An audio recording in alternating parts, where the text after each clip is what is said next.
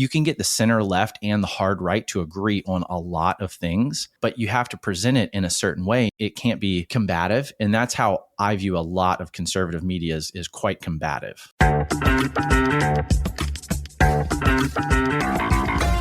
I'm Eric Wilson, managing partner of Startup Caucus, the home of campaign tech innovation on the right. Welcome to the Business of Politics show. On this podcast, you're joining in on a conversation with entrepreneurs, operatives, and experts who make professional politics happen. Our guest today is Bubba Atkinson, co-founder of Monarch Media Ventures, a digital media consulting and video production firm. He was employee number 10 at Axios, where he led audience growth and video strategy on the executive team. Prior to that, he was editor-in-chief of IJ Review, the viral political news website. In our conversation today, we discuss the state of news media, especially as it applies to politics, audience building, and what you need to know to succeed in today's content landscape. So, Bubba, your latest venture is $1 News, which I'll include a link to in the show notes. And you've got a manifesto there that I think is a must-read for anyone who wants to understand the current landscape of news media, especially when it comes to politics. Give us the quick summary of that manifesto and what prompted you to write it and start $1 News? Well, first off, breaking news. I'm launching a newsletter that's now public. Every time I look at the media, I kind of zoom out and I try to look at it from like almost an economic standpoint. And I always look at it audience first. And if you look at it from audience first, you go, what are we dealing with here? First off, there's more content than ever. And with AI, it's like even more. So it's kind of a mess out there to sort of figure out what you want to consume and where you want to consume it and all that. If you look at social media, they're just sorting via algorithms all of that content. You've got news apps, it's a marginally better experience with the same kind of content you see on social media. Then if you're going to any one brand, like say that you're like, oh, well, I'll just go to Fox News or Washington Post or whatever. At best, you're getting a skewed and an incomplete perspective. So all of your consumption options are pretty bad. And then if you kind of zoom out and you say like, well, how is it looking editorially? The media is pretty skewed left. Like the right does not have a huge market share. And then if you look at the right side, the conservative media is not that great.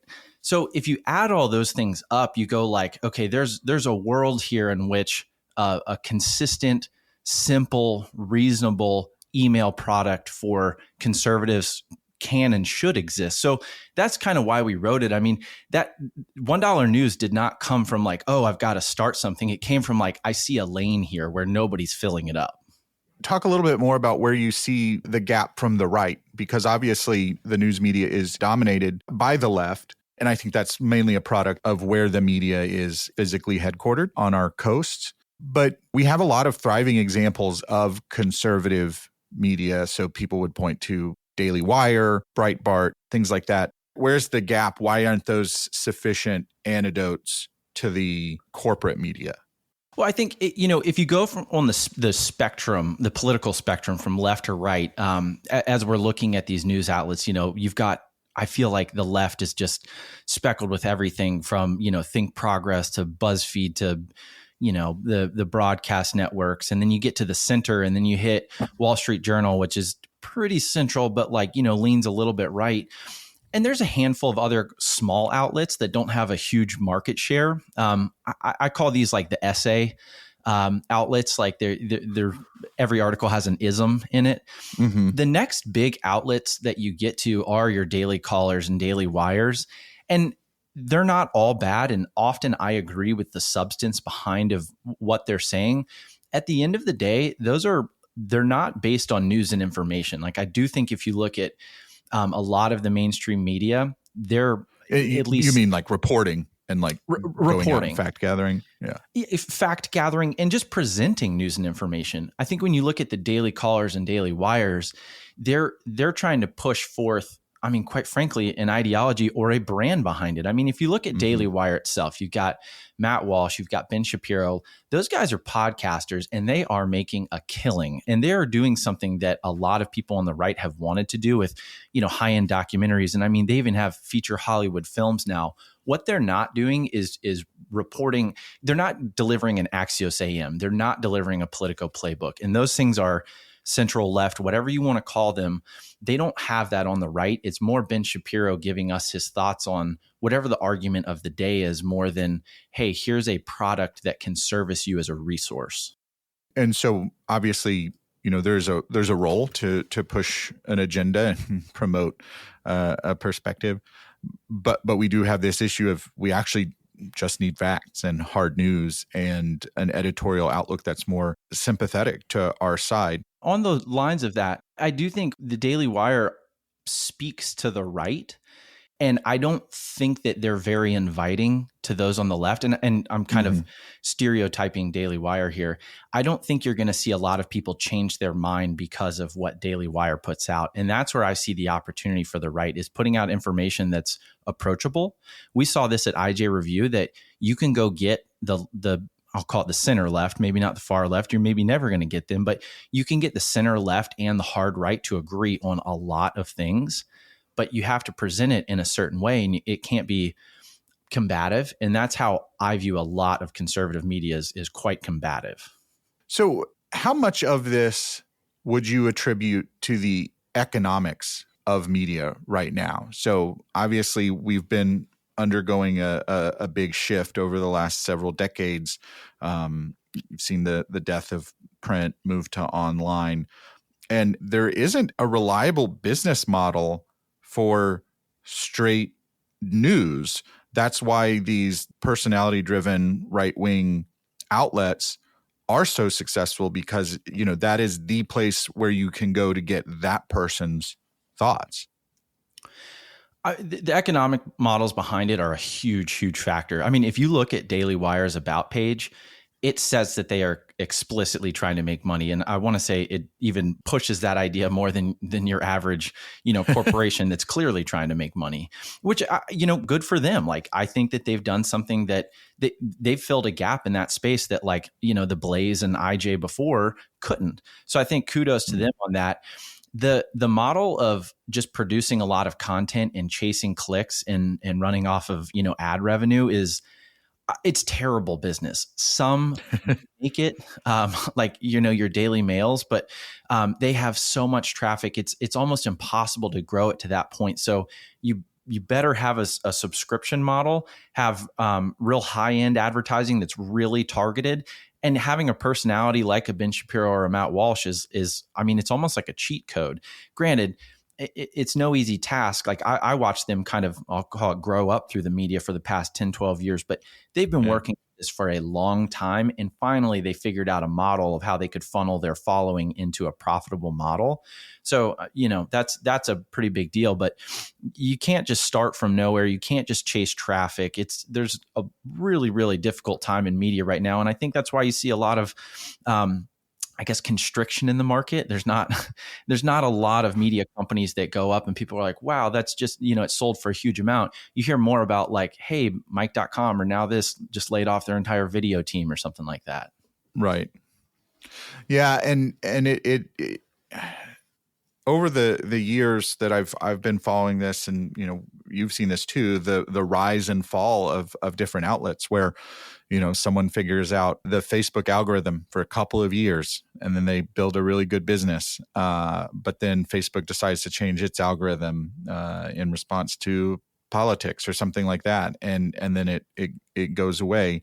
You're consulting with organizations and clients who are interested in developing their own content and audiences. And one of the realities that we have to confront is that the internet has brought the cost to create, host, and distribute media to zero.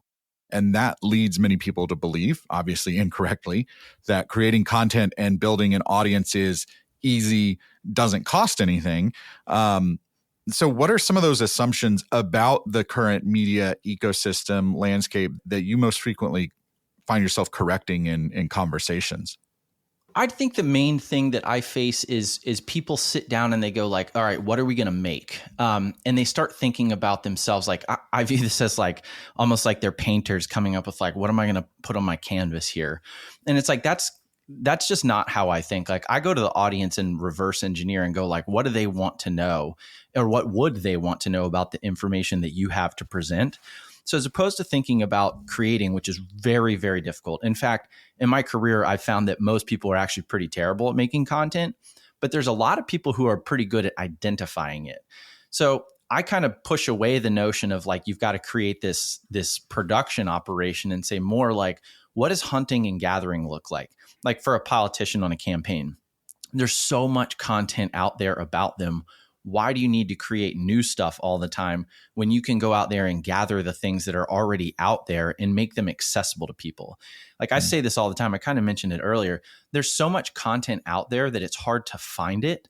So be the resource where people can find it. If you're following Eric Wilson, the candidate, get all of his TV hits, get all of his quotes, gather them and put them into an email. That doesn't take a production kind of creative savant. That just takes somebody who's paying attention and has a distribution mindset. We're going to grow the audience that cares about this person and we're going to feed them what's happening with them.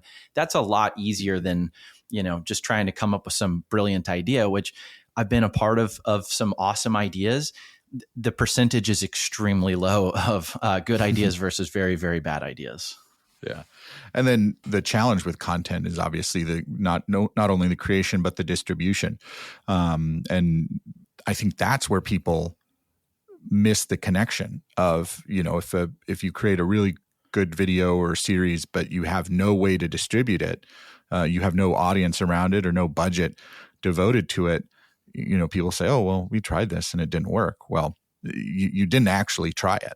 Yeah, distribution is really tough. And generally I say distribution is king, because if you can get a message out there, you're doing better than if you're just making content and it's kind of hitting nobody. Like I think even these meme accounts that you see on Instagram or, even Facebook or Twitter, they do pretty well at getting messages out there. And I think a lot of politicians would be better off thinking through that lens. But the audience growth is a grind. I think, you've got to, you have to decide that you're going to do it and you really have to commit to it. There's so much experimentation that should happen inside of that you just don't know what it leads to. And that's why I always come up with like kind of a system. I'm like, all right, let's make, blog posts, memes, and then, we'll, gather videos. So I've got 3 types of content, and then I'll have 3 platforms. Let's try to grow email. Let's drive people to the site. And then we'll try to grow an Instagram or something. Some metric in there is going to pop and you go like, all right, let's follow that a little bit. Let's learn from this. Let's constantly iterate on this, because then you're looking for small victories and just kind of like a stimulus in the metrics, really. And you get away from this idea of like, oh, we've got to have 1 million. It's one foot in front of the other, much more so, but you've got to have that commitment on the front end. Yeah. And I find that in my own practice of it's consistency plus curiosity.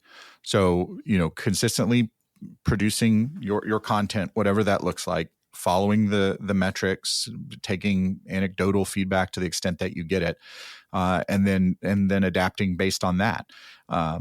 Those have really been good keys for me in creating the podcast, the blog, the newsletter. Again, the consistency is what's key, and that's the only way you can create the center of gravity around an audience or around which an audience will form. So you mentioned some of the meme accounts. I'm just curious from you, what are the content creators in the political space that you keep an eye on for how they're cracking the code? Oh boy. I'm such a cynic. It's like I almost get tired of any one person or kind of outlet or whatever. And at this point, I've lived in the content trenches for like well over a decade. Or a category. I'm not going to make you name names, but it's like the sort of the anonymous Twitter accounts or the Instagram meme accounts. I look at pieces of content more individually. I think like I'll just reframe a little bit. Like anyone who's not trying to like own the libs, like I think that stuff is silly. And just doesn't make any progress. It makes like a loud noise amongst the people you don't need to make a loud noise amongst. Anyone who's like genuine and doesn't sound like it's coming off as like a comms message, I think that's good. Even if it's like, a Fox News hit or something. Anything that's unexpected, like that's really what we learned at IJ was like, if you could be really unexpected, that becomes memorable. So like sometimes that's weird. And like, I'll have respect for it just because it's weird, like you can tell that, the team or person just got out there and did something different. The thing I think that's that, why like, Chuck Grassley is so successful on social media. It's just like, it's weird. it is. Like, It's what is certainly this corn? eye-catching. What is this Right. vacuum cleaner? Yeah. Yes. But I think the thing that I'm looking for is like, if you're not Trump, because Trump can just like kind of say anything and everybody pays attention to it. It's like, I think in 24, what I want to see is like somebody almost like vlogging their life, like almost like a Casey Neistat type, where it's like Tony they're doing P. more. Tony P, just giving us the windmills. Just like showing us and not telling us, like that's when people can show me something, it's like so much better, whether that's like kind of like a documentary where they're like taking us along for a ride, or whether it's like, a chart, like a data viz small operation. You go like, that's so much better than them just like barking at me. And that's the stuff that I tend to think is like a little bit more thoughtful, because it can get outside of that echo chamber. I want listeners to key in on something that you said earlier and was also a part of your answer just now is curation is incredibly valuable. So in a world where there's just a total glut of content and media, providing the service of pulling that signal out of the noise is incredibly valuable. And then once you've identified the needles that are in the haystack, you can repurpose it into something that's digestible and consumable. So, candidate, politician may have had a really big, win in a committee hearing. And, sometimes those videos will go viral, but we know that nothing moves unless it's pushed. And so you've got to create it or repackage that into, cut it into a vertical video, put it with captions and make it so it's ready to go viral. I often say that you don't need a like a content savant, or like, everybody's like, you got anybody that's like really good at social media? And it's like, no, of course I don't. Like nobody does. It's more like, can I get a designer? Can I get a video editor? Like more of a technician where I can just kind of like feed them these things. And like you said, pop captions on it, edit it properly, cut it at the right moments. There's so many things that are cut poorly. They're like, who's going to sit down and watch like a 6-minute, rant? But they'll probably watch like, 40 seconds of it. And then maybe if they like that, they'll go on to that, 6-minute thing. It's just simple things that like almost anybody can do. And it doesn't take, Steven Spielberg to cut these things. Like there's a lot of software that can do it. And I think that's something that I'd like to see more of, because it really is, it's hard to find stuff. Like if you think about the scope of the internet anymore, there's so much stuff out there. You Google one thing and there's like a million articles. So especially with politicians, I'm like, if you want to give people the resource, to figure out what they're doing and why they're doing it and sort of the color commentary about it, it's like, gather them up. Like I'd rather see that and see you show me, here's what I said on this show and that show and at this, town hall, versus like, hey, you've got 6 hours to, give me $5 or else the socialists win, like those desperate emails. I can't see those working. And it's like, I would follow these people almost as a local news source, to be honest. You're listening to the Business of Politics show. I'm speaking with Bubba Atkinson about digital media and political news. Before we continue our conversation, I want to invite you to support this show, the Business of Politics podcast, by becoming a member of the Startup Caucus Network. For just $10 a month, you'll become a part of our community that not only supports this podcast, but is also working to change the culture of Republican campaigning through innovation. Visit businessofpoliticspodcast.com/join to learn more. So, Bubba, you co-founded IJ Review, which was early on viral social news, and you were an original employee at Axios, which innovated the smart brevity format. So I think you've got some good bona fides when it comes to spotting trends in digital media. So what do you see on the horizon right now that we need to be aware of? I mean, kind of as I've been mentioning, there's so much content out there.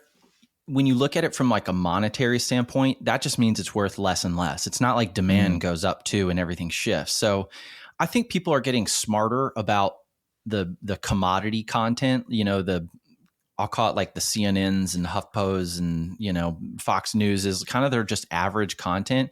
That's just worth less and less. And it's just bad business as a whole. It's really hard to manage that operation because it's so big. So it's kind of like, people are smarter than that, and the content's getting worse.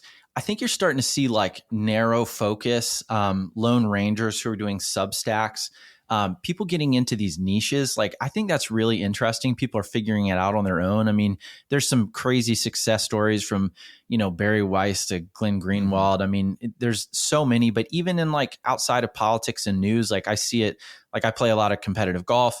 That's a world where you're seeing that breakdown and you can follow these individual newsletters. And I think people are just more discerning with their options, and the business model behind those is better. I mean, this is in part why we're doing $1 news. It costs $1.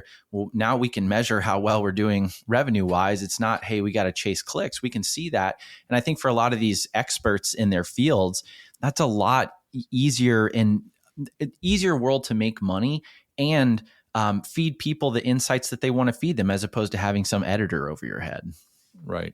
And it speaks to the change in the technology, the removal of gatekeepers, and the evolution of the economics of this, right? So previously, let's say you were an opinion journalist like a Barry Weiss, you could not get the distribution that a New York Times would provide at any place else other than a newspaper. But now she has a Substack that not only sustains her professionally, but she has a team around her, and is incredibly successful, and I think sort of legitimizing that business model. Another thing that I think is contributing to this is artificial intelligence, which is just making it so much easier for people to create content and repackage that at scale. There are tools that I use around this podcast to help with content creation. And so I just think, again, it's getting easier and easier, but that expertise and that point of view, that access, those relationships are what's going to distinguish creators. Yeah, like I just imagine like tech reporters, like why do they have to work for Wired or TechCrunch or whatever? Right. It's like if they have a specific beat and, people follow them on Twitter, the ones that are smart are funneling that crowd from Twitter into their owned audience. Like I think it's funny that we used to call the social audiences owned audiences. I think that was like a, in retrospect, maybe not. A lot of people learned that lesson the hard way. Yeah. A very, very tough lesson to learn. But the ones that are smart are funneling, they're using that as the top of the funnel to drive their audiences into a product. And that's like one of the things I learned at Axios was think through the lens of product. Don't think through this like fountain of content, but like, what is your content product? Because then you can articulate it to somebody. Hey, do you want to follow my newsletter on the latest, tech coming out of Silicon Valley? That's very different from, just, hey, we've got tech coverage. All of a sudden they know exactly what they're going to get, when they're going to get it. And I think that you got to hit people in the face a little bit with like what you're going to offer. But like you mentioned, this kind of evolving technology world, that allows this to happen and really facilitates it. I do think it's interesting that in so many of these projects, people want to make it generate revenue at the beginning.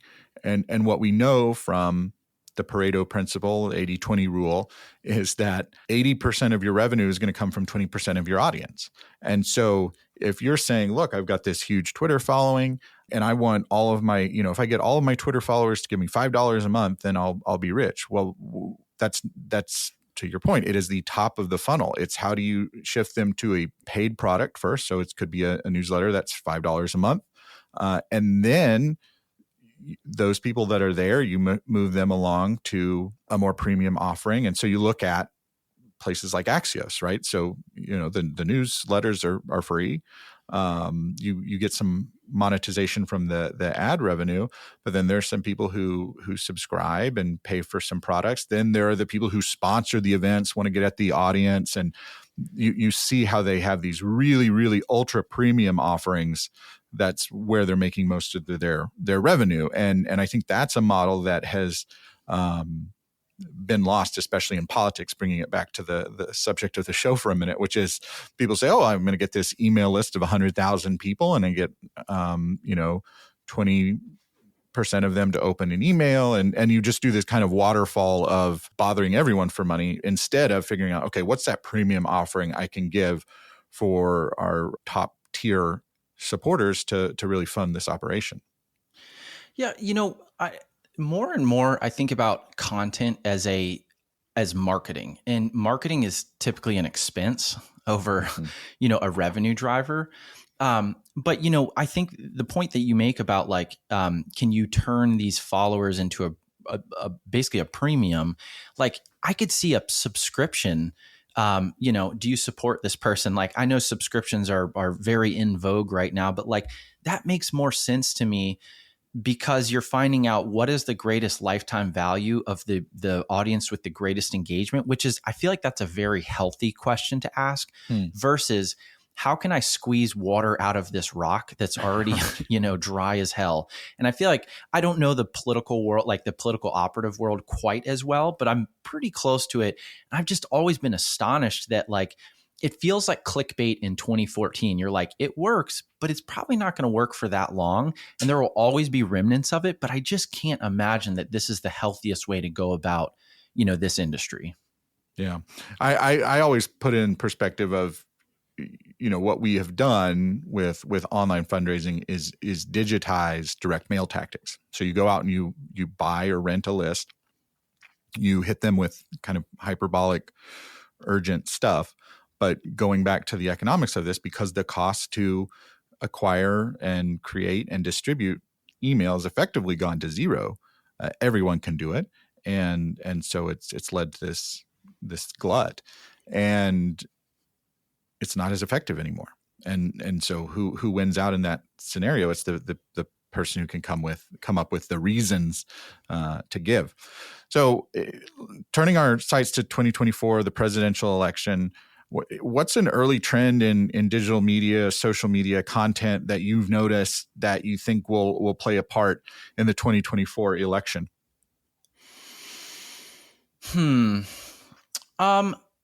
I mean, I'm really curious about this, kind of the thirsty fundraising tactics and how that evolves. Like that's one I've just got my eye on because I'm just so curious about it.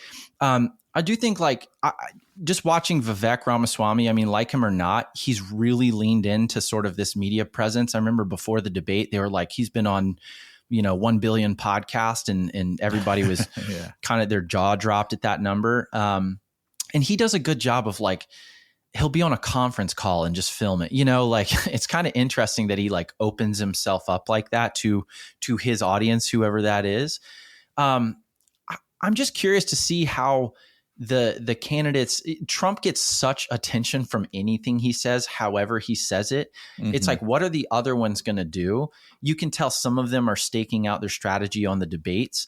A lot of them are, just kind of doing the run of the mill stuff, but I'm looking for somebody to come up and say, hey, I'm going to vlog. Like I'm going to put more stuff out there. I'm going to go a little bit more direct to consumer. I saw Tim Scott has a Substack. I believe Substack, where he, sends out his thoughts on a weekly basis. I think that's starting to move in that direction. So I think it's, just like we saw retail products kind of go from the in-store experience to direct consumer. I'm really curious if this election you start to see more of that in the political realm. Yeah. Well, I hope you're right, because that's going to be a tough transition to make, but that's where we've got to go.